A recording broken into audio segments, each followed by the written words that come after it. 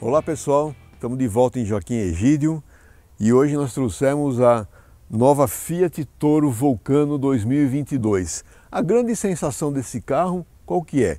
Uma remodelação que teve na frente do veículo, o novo motor GSE Turbo Flex T270.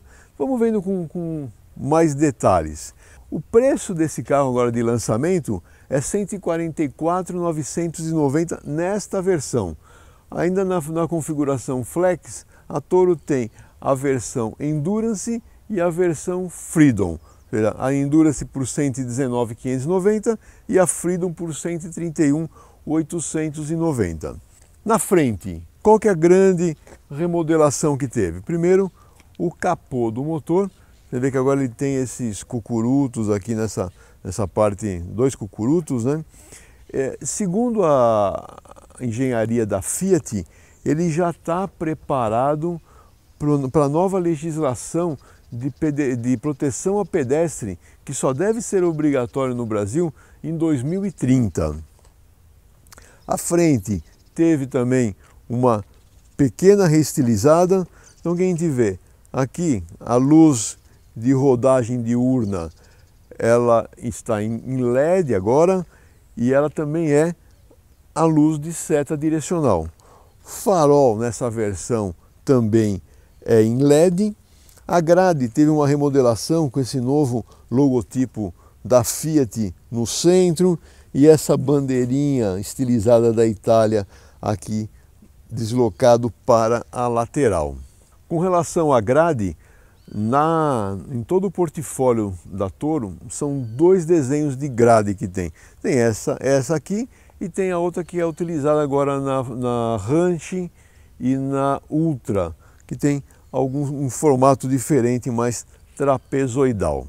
Correndo a lateral do carro agora, né, o que a gente vê? Algumas coisas de Geoeffect, o efeito joia, né? Cromados nas maçanetas, frisos cromado, outro friso cromado. Esse bagageiro no teto aqui também bem bacana. A parte estrutural que a gente não vê, ela foi reforçada utilizando aços de maior resistência para cumprir um requisito futuro que nós teremos no Brasil, que é o impacto de lateral em poste a 75 graus. Então também já está suportando esse tipo de impacto a nova Toro. Na parte traseira, praticamente não teve nenhuma alteração, né? Então ela segue inalterada, do jeito que a gente conhecia. A caçamba, a abertura da porta continua da mesma maneira, essas duas portas aqui, e são 935 litros de capacidade dessa caçamba. A poeira e a vedação à água não é muito bom mesmo com essa capota. Para isso, a Fiat apresentou uma lista muito grande de acessórios nessa nova remodelação. E um dos acessórios que eu achei muito bacana é uma bolsa que vai dentro da caçamba com fechamento, onde você pode colocar todos os seus artigos e tudo mais e ficar livre de poeira ou água. Na parte de rodas e pneus, você vê primeiro essa roda diamantada nessa versão Vulcano. Cada uma das versões tem uma roda diferente. E o pneu também, esse aqui é o 225/60/18. Como eu disse, a maior sensação dessa picape é a estreia desse novo motor. É um motor de uma família global de motores da Stellantis, né, que incorpora várias marcas hoje. E a Toro é o primeiro carro que nós estamos pegando com essa nova tecnologia. Nesse caso aqui, ele é um motor de 4 cilindros, tem comando único no cabeçote, mas tem 16 válvulas, ou seja, 4 válvulas por cilindro. Ele entrega 180 cavalos com gasolina e 185 com álcool, a 5.750 RPM. Ele é turbo, flex, né? E algumas coisas interessantes, alguns detalhes interessantes. Primeiro, o interresfriador. Ele funciona no sistema ar-água, ou seja, a água que resfria o ar, né? Com isso, o que eles conseguiram, a engenharia conseguiu? Ter um motor que é bem compacto, ou seja, não tem várias mangueiras conectando com o carro. Praticamente todo o sistema de interresfriador está aqui atrás. Aqui na frente a gente vê a admissão de ar fresco, que vem aqui para o turbo, e do turbo o ar comprimido sai e vai para o interresfriador e obviamente para o coletor de admissão. Torque máximo é de 27,5 kgfm e esse torque aparece a 1750 RPM, ou seja, também aparece numa condição bem baixa de rotação. E a outra grande novidade que tem, grande tecnologia que tem, é o sistema de abertura de válvulas de admissão. Então, ele é variável tanto em abertura quanto em tempo. Com isso, consegue fazer um melhor gerenciamento da potência, dirigibilidade e até mesmo do consumo do veículo, né? Conectado a esse motor, tem um câmbio automático de engrenagens epicíclicas de 6 marchas. Falando um pouco mais da integração desse motor, o que a gente vê? Um coxim nessa parte frontal aqui, é um coxim hidráulico, que até colocaram um reforço adicional para dar mais rigidez a essa pequena torre. E esse motor todo compacto que eu comentei, o que eles conseguiram com isso? Eles conseguiram que é quase que como se fosse um motor estacionário, né? Que você consegue tirar esse motor deste carro e colocar em outros carros das plataformas que hoje englobam a Stellantis. Então foi uma solução de engenharia bem bacana, bem interessante.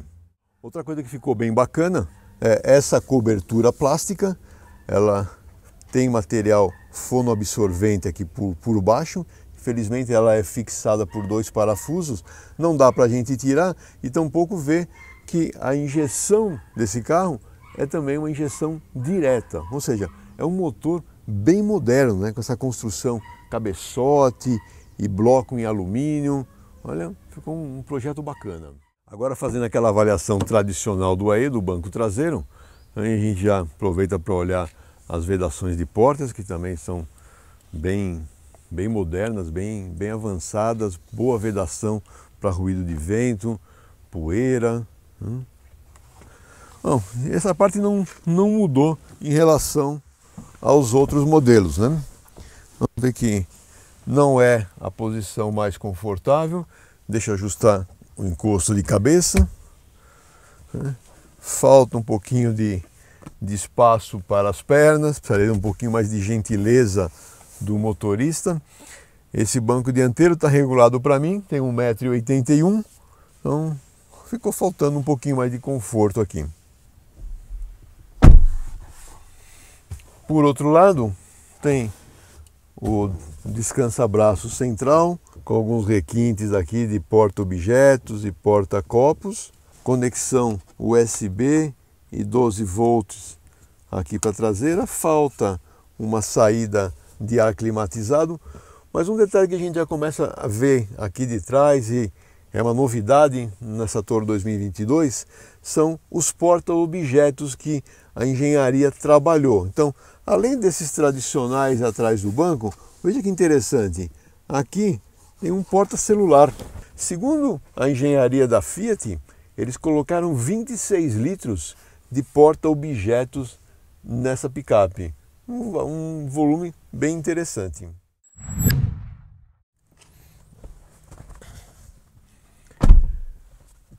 Uma coisa bacana é a nova chave presencial e a partida é por botão, né? Uma coisa interessante que a gente vai descobrindo aqui, vai usando o carro, eu fui querer desligar o motor agora e eu estava na posição ré. Ao tentar desligar o motor, ele não desliga. Aí experimentei, né? Em N também não desliga. Ou seja, por segurança, só é possível desligar o motor quando se coloca em parking. Bacana, boa medida de segurança. Outra coisa legal, celular. Temos aqui um carregador por indução. O acerto de posição de direção. Primeiro, o banco ele tem ajuste elétrico nos 3 eixos, o volante com ajuste de altura e de distância, ou seja, isso permite encontrar facilmente a melhor posição para dirigir. Então vamos até o posto para fazer aquela inspeção por baixo do veículo.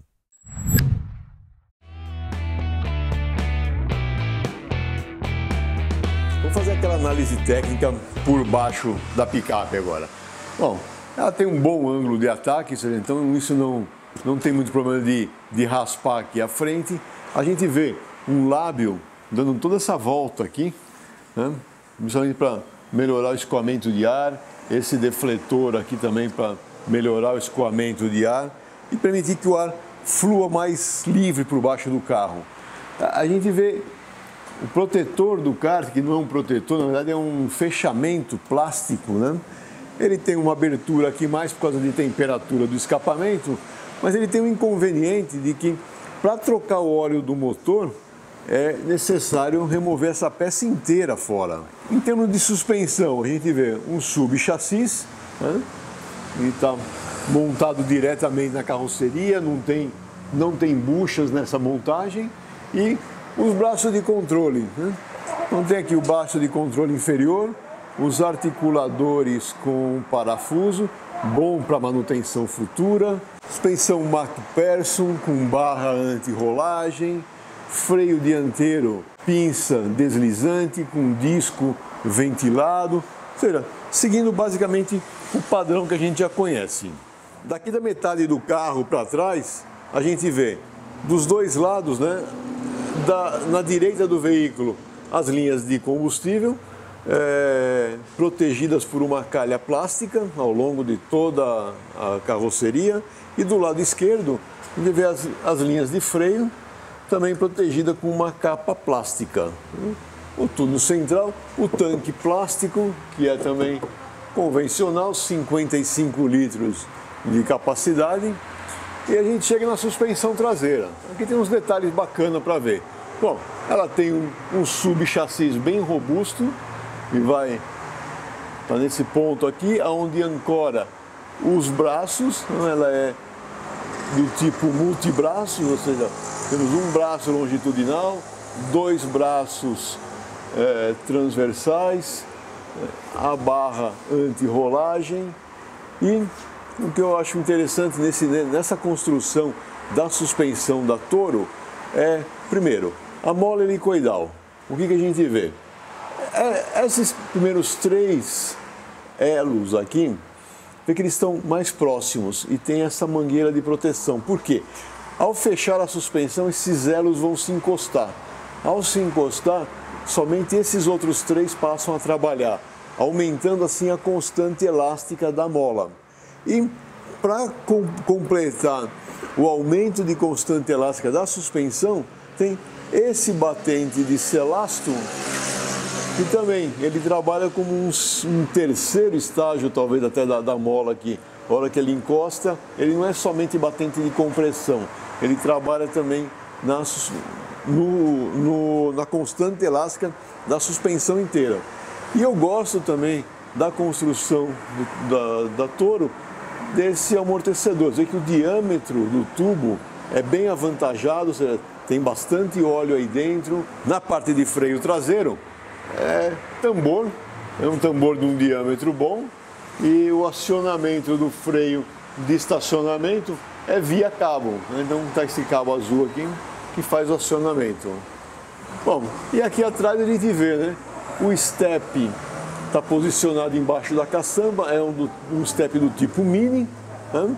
E o para-choque traseiro, esse é uma coisa que talvez o pessoal da engenharia da Stellantis deveriam trabalhar. É que ele forma um paraquedas muito grande aqui. Talvez isso pudesse ajudar um pouco o consumo do carro. Bom, chegamos de volta em Joaquim Egídio.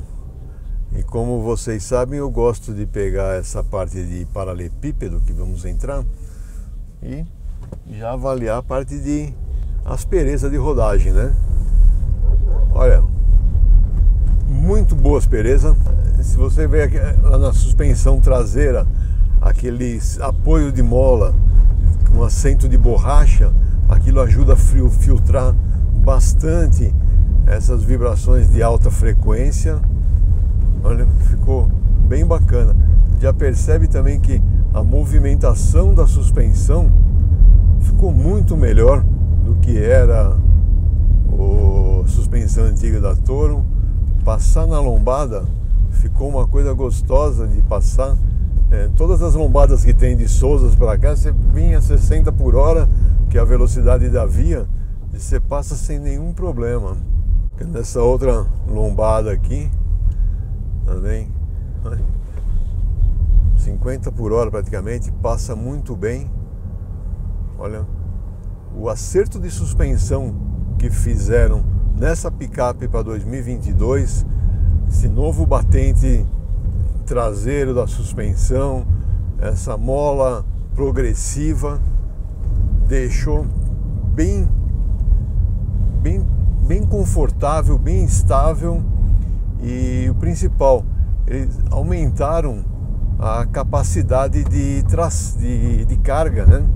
Era 650 quilos, passou para 750 nas versões Endurance e Freedom, e nessa aqui que tem um pouco mais de conteúdo é de 670.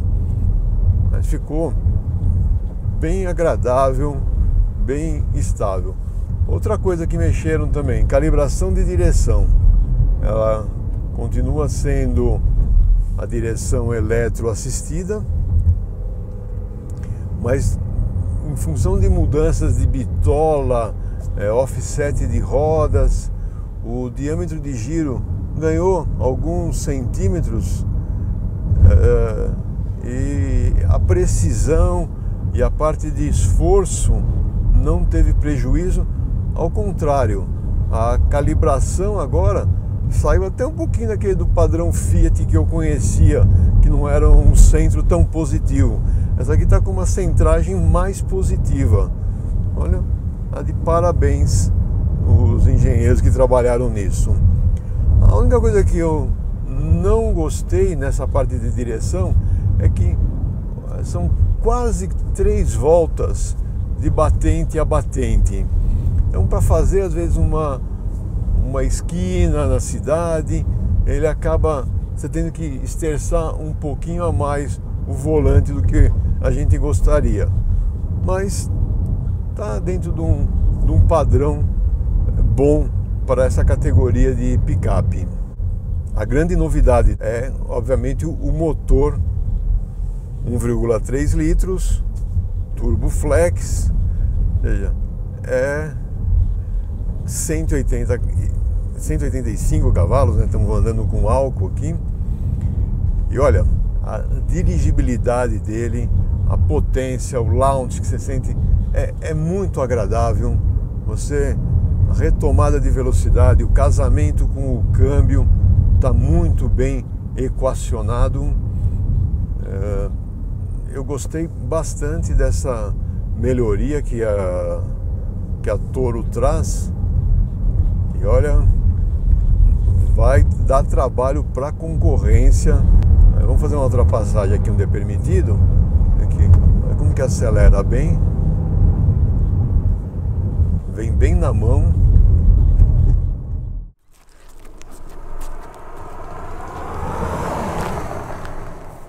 E como já deu para perceber, né? O interior todo foi totalmente remodelado. Um novo painel de instrumentos, essa nova central multimídia com espelhamento do Android Auto e Apple CarPlay sem fio.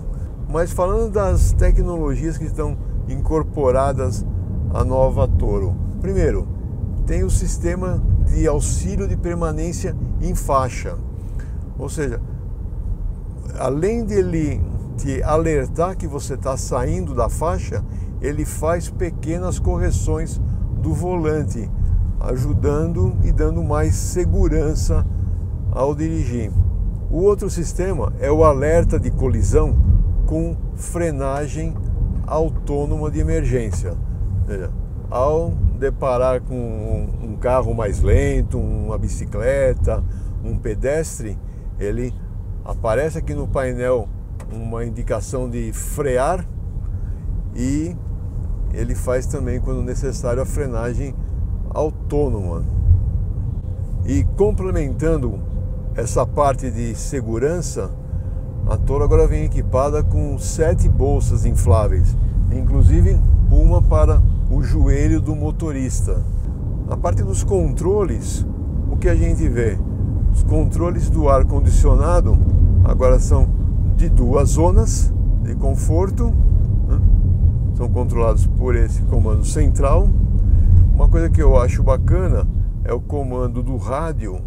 Você tem o volume através de um botão giratório e tem também, obviamente, o controle aqui no volante.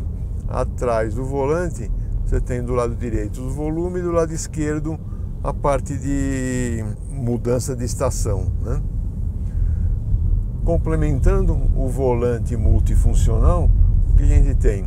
Toda a parte de controle de velocidade de cruzeiro, limitador de velocidade e o computador de bordo e sistema de som também, e telefonia é controlado aqui pelo lado esquerdo. Outra coisa bacana é as borboletas atrás do volante para troca de marchas. Bom, continuando com a parte de desempenho, para ajudar um pouco mais, a gente tem uma tecla no modo esporte, né? A gente aciona esse modo esporte, muda a calibração do pedal de acelerador, ele fica mais responsivo, as marchas também acabam trocando numa rotação mais alta, e aqui no câmbio a gente tem a opção de condução manual, colocando a alavanca para a direita, ou perdão, colocando a alavanca para a esquerda. Bom, agora que nós chegamos nesse ponto da subida, já estamos no modo esporte ativado, vamos deixar no modo manual e vamos fazer uma arrancada aqui em subida. De novo, não é um teste de desempenho, e sim um teste para ver como se comporta em termos de ruído geral, vibrações em alta rotação. Então vamos saindo aqui com segurança.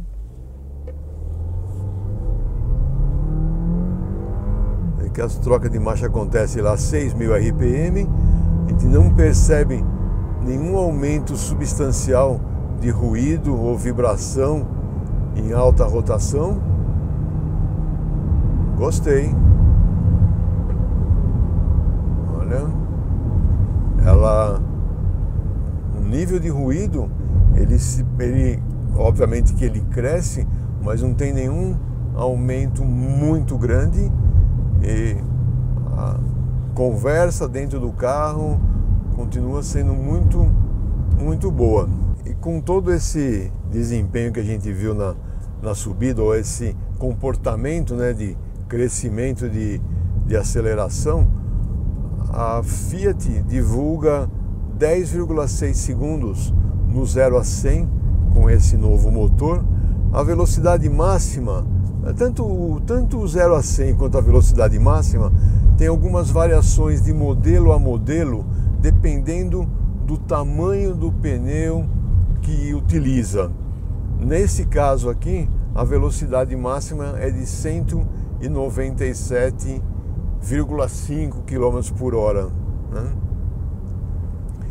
Em termos de consumo, isso foi uma crítica que quase todos os jornalistas, inclusive eu, tivemos na apresentação, que dava como consumo de 8 km por litro em rodovia com utilização de álcool, que é praticamente o mesmo consumo do motor 1.8, né? Bom, a própria Fiat disse que esse consumo no uso normal seria melhor, e olha, fazendo o meu trajeto normal de São Paulo até Campinas, eu fiz 9,7 de consumo com essa picape abastecida com álcool, enquanto quando eu utilizei O motor 1,8 manual, eu fiz 8,7. Ou seja, essa aqui está melhor do que a 1,8 manual nessa minha utilização. Enfim, a parte de consumo, é um consumo extraordinário? Não, não é. Agora, se você considerar a altura dessa picape, a área frontal, o peso em ordem de marcha, 9,7 km por litro com álcool, não é dos consumos piores não que a gente pode encontrar por aí. Olha, está de parabéns novamente a engenharia por esse trabalho que foi feito.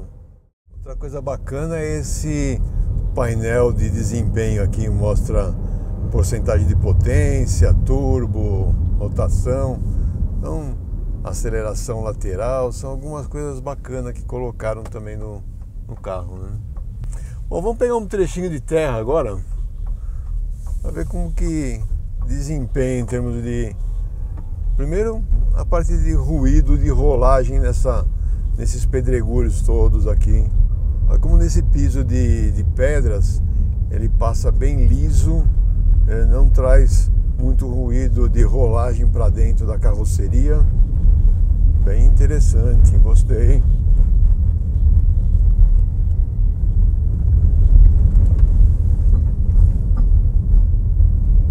O bloqueio de diferencial agora passa a ser eletrônico. A gente tem um comando no console central, onde a gente aciona o bloqueio, e ele é muito bom principalmente em saídas, onde você tem um piso escorregadio, né? Então você fazer o arranque aqui, ele sai bem. Mesmo se você tem uma roda patinando, a outra roda acaba tracionando. Então, todo esse gerenciamento é feito eletronicamente pelo sistema de controle de estabilidade e de tração. Bom, como deu para perceber, desempenho de motor muito positivo, desempenho da suspensão também bem positivo. Se tem algum ponto que eu diria que poderia ser melhorado, é a parte de grafismo do painel de instrumentos. Eu acho que os caracteres são muito pequenos, tanto os ícones quanto a parte de escrita. O mesmo acontece aqui na central multimídia. Se a gente olhar aqui os caracteres todos, os logotipos que eles usam, acaba ficando muito pequeno, né? Com relação à central multimídia, ela requer um vídeo específico. Então tá aqui o link para vocês assistirem o vídeo específico dessa central multimídia de 10,1 polegadas. Bom, espero que vocês tenham gostado de mais essa avaliação desse teste com a nova Toro 2022, com esse novo motor, nova suspensão. Obrigado pela sua audiência e até a próxima.